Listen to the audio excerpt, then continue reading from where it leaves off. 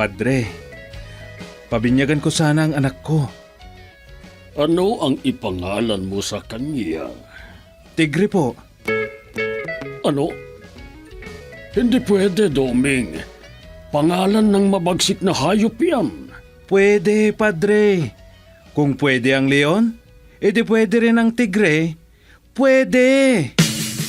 Doming, doming, pwede lahat. Doming, doming, pwede lahat. Doming, doming, pwede lahat. Doming! Pwede lahat. Doming, pwede lahat!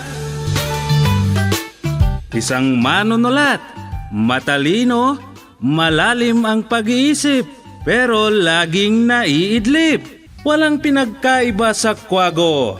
Iba't iba ang pagkatao, bida, kontrabida, at mapagmasid. Mga kaibigan, huwag kaligtaang pakinggan ang araw-araw na pakikipagsapalaran ni Doming sa kailaliman ng panaginip. Doming, pwede lahat! Isinulat at sa direksyon ni Letty Astudillo Aquino mula sa Lovelet Artists and Talent Center Drama Productions, handog sa inyo ng #1 and most trusted radio network in the country, Bombo Radio Philippines. Basta Radio, Bombo!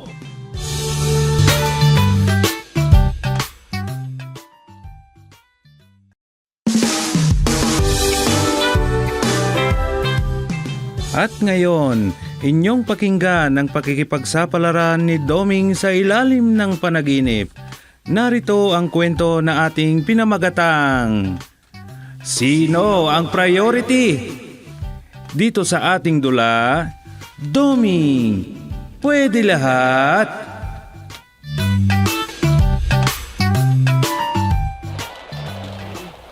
Paano ba ito? Hindi pa naman panahon ng tag-ulan. Pero bakit sobrang buhos na naman ng ulan na ito?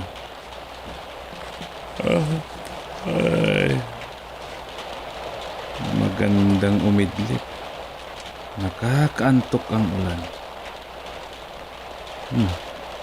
Wala si Rosa. Kaya hindi ako may istorbo. Di bali. At hindi ako ang officer of the day. Hindi muna ako pupunta sa barangay hall. Ayun lang kung tatawagan ako ni Itay at may ipapagawa sa akin. Ay, sana lang at tumigil na din agad itong ulan.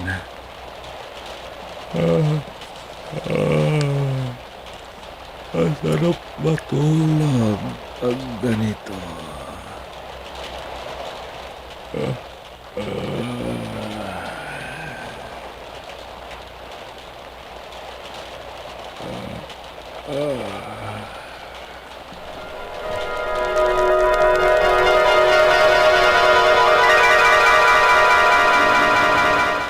Pambihira.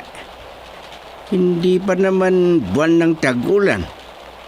Bakit sobrang lakas naman ng ulan? Oo nga po eh. Kasasalubong pa lang natin ang tagtuyot. Pero akala mo naman tag-ulan na sa lakas ng ulan. Hindi natin mapaghandaan yan. Baka may mabaha sa mga lugar na lagi nating problema tuwing umuulan ng malakas. Sana lang hindi magtagal ang ulan na ito. Pero tignan mo, parang walang sinyalis na titigil agad. Ang dilim na ng langit. Hindi na maintindihan ang kalagayan ng panahon ngayon. Tawagin mo ang mga barangay tanod. Baka may biglang tatawag ng emergency. Opo, Chairman. Kailangan maging alirto tayo kung ganitong sobrang lakas ng ulan. Kung may pagkakataon, magronda tayo bago dumilim.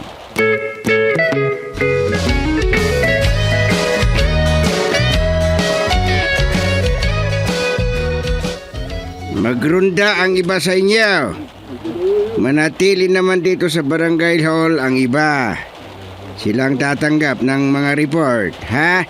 Opo, Chairman. Kailangang meron pa rin maiiwan dito sa outpost ng opisina. Ayan. Maliwanag naman siguro ang usapan. Magronda tayo. Ngayong hindi pa nakarating ang bagyo.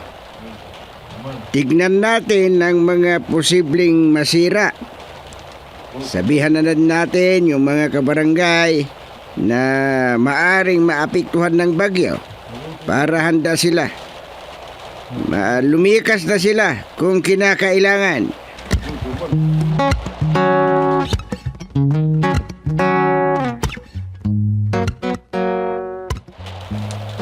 Buti na lang, kompleto tayo ng gamit ng mga kapote at ang botas.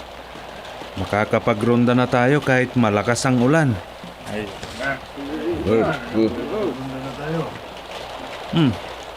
Delikado yata yung No Tears Funeral Homes ha.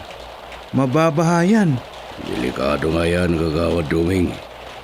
Yan ang pinakamalapit sa malaking kanal. Kung umapaw ang tubig sa kanal, mababa sila dyan. Hindi lang yung kanal ang aapaw, kundi yung ilog mismo na nakakaapekto dito sa pinakamababang lugar ng barangay. Kung mataas na ang tubig sa ilog, maitutulak na din sa kanal yung tubig at doon na din aagos ang malakas na tubig. Tataas ng tataas at mababaha na din ang mga bahay dito sa malapit. Ay, ang problema natin. Ay, teka lang. May tawag si Chairman. Hello, Chairman. Ha? Ganun po ba? Nako, talagang bumabaha na. Opo, Chairman. I-alerto natin agad ang mga kabarangay. Yes, Chairman. Bye. Ano daw, Kagawad? Ay sus, kailangang masabihan ng mga kabarangay natin na malapit sa parte ng binabaha. Meron palang abiso na magpapakawala ng tubig ang dam. Oh, delikado yan, Kagawad Duming. Sabay, meron pa na naman ding nilalamayan dyan ngayon sa punerarya. Kausapin natin ang mga namatayan para maganda sila. Oo naman. Tumulong na tayo na maglikas sa mga gamit nila. At mga stock na kabaong dyan. Paano? Oo, may stock na mga kabaong dyan sa punerarya. Mahirap naman kung masira ang mga yon.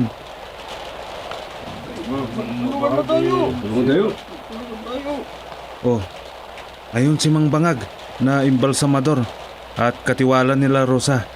Kausapin ko siya. Nakakagawad Duming. Palayaw lang niya yung bangag.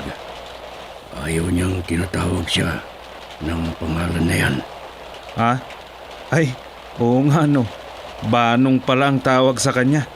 O sige, tara na.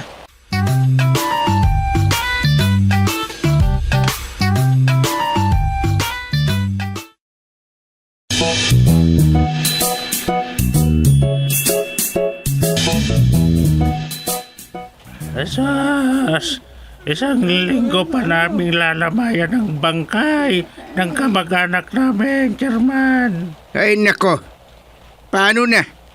Baha nang inaasahan nating paparating, kapatid. Mababa dito dahil sa lakas ng ulan. Isa pa, magpapakawala ng tubig ang dam. Ay, wala talaga. Kahit anong sabihin niyo, hindi pwedeng mapalitan ng araw ng paglalamay ng namatay na kamag-anak namin dahil nagbabayad kami ng tama. Kaya, rain or shine, typhoon or shine, ganyan talaga. Kahit na mabaha na kayo dito, kapatid, ganun ba? Oo, Chairman. Di bali at handa naman kaming mga namatayan. Alam naming na may inaasang malalang pag-ulan. Ah, Kung ano naman kasi ang klase ng panahon na ito. Hindi pa naman panahon ng tag-ulan at bagyaw. paano kayo ng asawa mo? Matatanda na kayo. Baka ikamamatay nyo pag hindi kayo aalis dito. Ay sus! Kami pa ba, Chairman? Sanay na kami dyan. Ah, At bakit pa? Punerarya naman dito. Hindi ba kayo magpasalamat? Dahil kung sakali, madadagdagan ng lalamayan dito sa punerarya nyo. ano? Kaya wag nyo na kaming alalahanin. Tinitingnan ko pa nga kung ano ang may tutulong namin dyan sa mga kapitbahay ng punerarya kung sakaling bumaha man. Ay talagang babaha, kapatid. Tuwing tag-ulan ng taon, binabaha itong lugar na ito ng barangay. Kaya sinabi ko sa mga may bahay dito na ilipat nila ang mga bahay nila sa mga mas mataas na lugar. Di bali itong punerarya dahil baka i-close na namin ito. Basta, wag nyo kaming problemahin, Chairman. Yung mga kapitbahay dyan ang kausapin nyo. Dahil baka problemahin sila ng mga barangay officials. Matigas ulo nilang magbakwit Di bali na itong patay dito dahil patay naman na yan. At nakaunat pa. Sige. Kung yan ang desisyon nyo, di ayun. Ay, naku talaga. Ang dami mong satsa, Chairman. Ha? May babakwit kung magbabakwit. Pero huli na lang kami. Kami ng asawa ko. Di bale at kami na ang pinakamatatanda dito sa barangay. Ano? Priority ang mga bata at mga malalakas pa kapag ganitong may kalamidad. Ay, mistiyan sinasabi nila na priority tayong mga senior citizen dahil panahon na natin. Tayo ang dapat unang mamatay.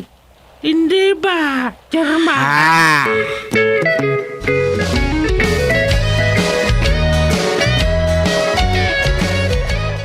Ay, talagang nilalakasan na niya ang ulan. Magdidilim na Sadya yatang gabi ang dating ng baha. Paano na yung mga matitigas ang ulo na ayaw magbakwet, Agustin? Problema niyo pa rin sila. Huwag nilang sabihin hindi nila kailangan ang tulong ninyo. Hindi nila kailangan ang tulong ng barangay officials. Pinakamatigas ang ulo ni Mang Terio na namatayan. Parang wala siyang pinag-aalala. Samantalang naglalamay sila at siguradong mababaha ang punerarya. Gusto naman na yata nilang sumunod dun sa namatay nilang kamag-anak. Hindi ko alam. Matanda na daw sila. Ay, sa bagay nga. Kung matigas ang ulo ng tao, hayaan ninyong matuto ng leksyon. Magsisisi din sila kung nararamdaman na nila ang kapalit ng pagiging matigas ulo nila. Pero mahirap din naman na ganyan ang sabihin natin sa kanila. Ay, sa bagay nga din naman. Oo. Mahirap naman na. Ay, ano? Ay, hindi tuloy ako mapakali. Hindi ako makatulog dito. Ay, pupunta ako sa barangay hall. Titignan ko kung ano ang may coordinate doon. Lalo na sa mga kasama natin sa BDCC. O sige, mag-ingat ka. Baka naman mailipad ka dyan. Ha? Ay, naku. Ako pa? Sige, balik na ako doon agad. Dapat lang. Wala akong kasama dito sa bahay.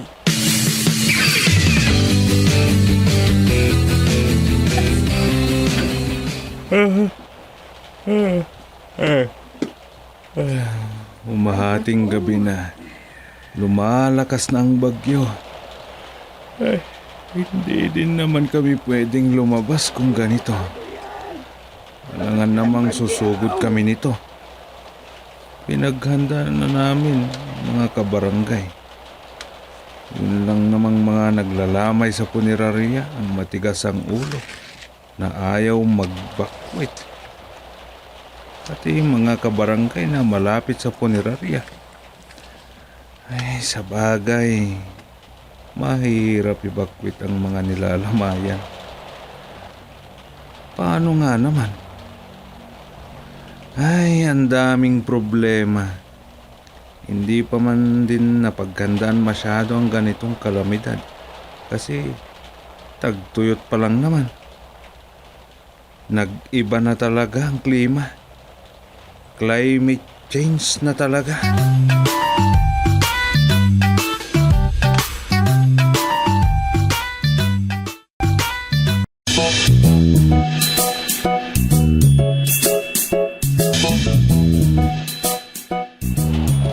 Ay, matindi ang pag-aalala ng mga opisyal ng barangay sa atin dito sa punerarya. Lumikas na ata yung makikilamay sana sa atin. Wala nang maiiwan dito na kasama natin. Oo nga. Pero hayaan mo sila. Ang hirap kayang magbakwet. Mabuti sana kung wala tayong dala-dalang kabaong. Nagtataka naman kasi ako. Talaga naman kasing binabaha dito. Malapit nga naman sa ilog. Kung tumaas ang tubig sa ilog, susundan niya ang tubig sa malaking kanal. Babahain talaga. Di bale at handa tayo. Mahirap kung nagbakwit na lang din tayo agad. Paano kung hindi rin bumaha? Di napagod lang tayo. Ay, sa bagay, oo nga naman. At saka yung sabi nila na matatanda na tayo at mahihirapan tayo kung bumaha na. Ano naman ngayon? Hindi ka pa ba handang mamatay, Kurya? Ha? Kung ako, handang-handa na ako. Ang hirap na nga ng mabuhay Ano? Ay, ulyanin ka na talaga, Teryong. Sumang-ayon lang naman ako sa sinabi mo kay Kapitan Gusting. Pero sa totoo lang, ayoko pang mamatay. Ha?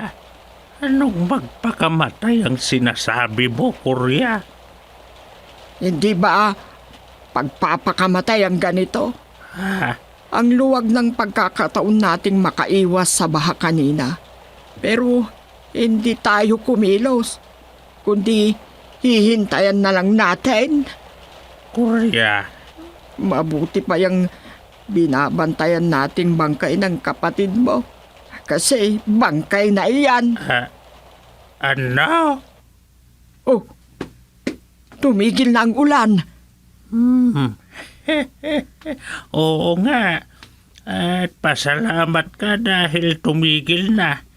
Hindi pa tayo mamamatay kasi hindi pa bumaha. Makakatulog na rin tayo. Ay, mabuti naman, Diyos ko. Naririnig mo yan? Parang malakas ang agos ng tubig. Ha? Tunog ng agos ng tubig sa ilog, Kamaw. Nako, matulog na tayo. Teryong, Matulog na tayo. Ah, Hayaan muna natin yung bangkay ng kapatid ko dyan. Di bale, at nakakabaong naman. Hindi na basta babangon yan.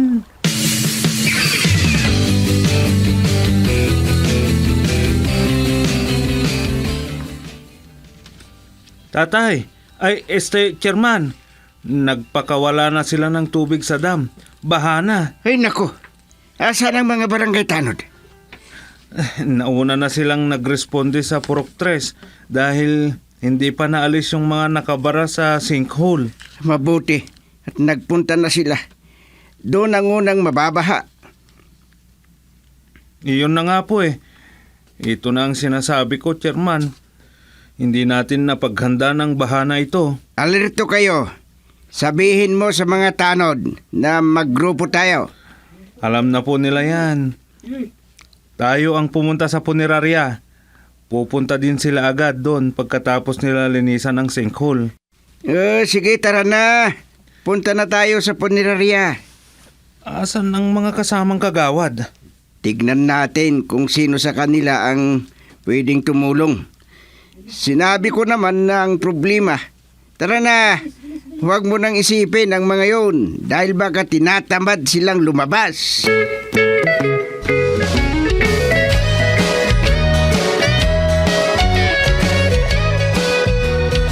Ay, Teriyog, paano na to?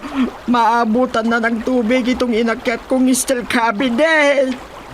Ay, Lang dyan kasi. ay, Pulutan mo itong kabaong. ay. Ikaw. Hindi ko na mapigilan. Bakit tumatawa ka pa? Iaalon ka na ng ataol. Papunta na sa bintana.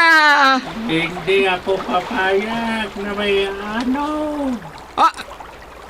O bakit pumaibabaw ka naman sa ataol? Korea!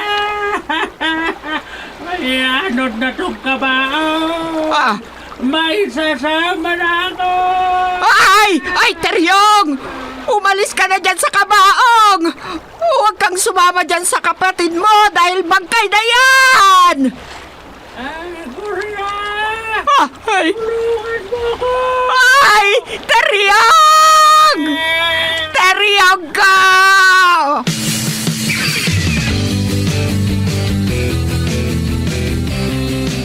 Ay, papaano na? Nabaha na ang punerarya? Opo, Inay. Ay, mabuti kung nailikas niyo yung mag-asawang naglalamay doon.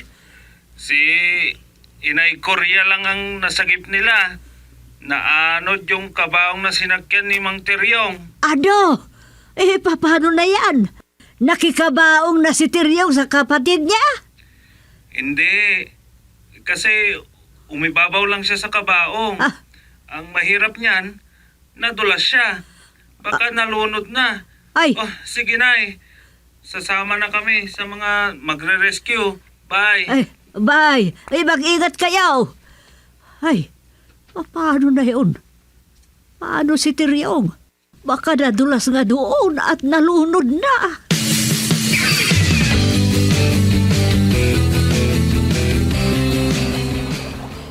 Sabi ko na nga sila na yan Tingnan nyo. Bilisan natin, kagawad. O sige, bumaba ka na dito sa bangka.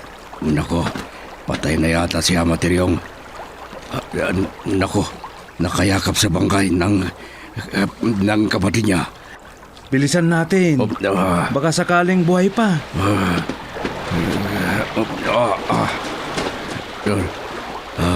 Ama Teryong, buhay ka ba? O patay ka na? Ama Teryong. Ano? Patay ka na, Ama Teryong? Humihinga. Buhay pa si Ama Teryong. Naku, akala ko patay na siya. Mga walang hiya kayo. Bakit nyo tinatanong kung patay na ako? Thank you. At nagsalita na rin. Ay, magpasalamat kayo dahil hindi kayo naisunod dyan sa patay na kapatid nyo. Kayo ang priority at buhay kayo, Ama.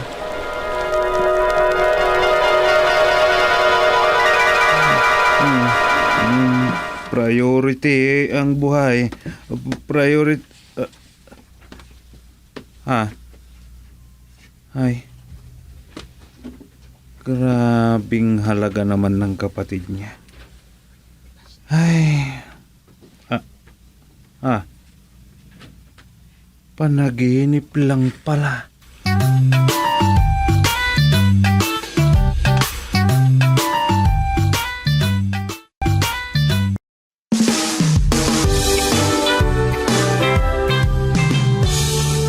Diyan nagtatapos ang isa pang kwento dito sa ating dula. Doming, pwede lahat. Inihahandog sa inyo ang #1 and most trusted radio network in the country, Bombo Radio Philippines. Basta Radio, Bombo.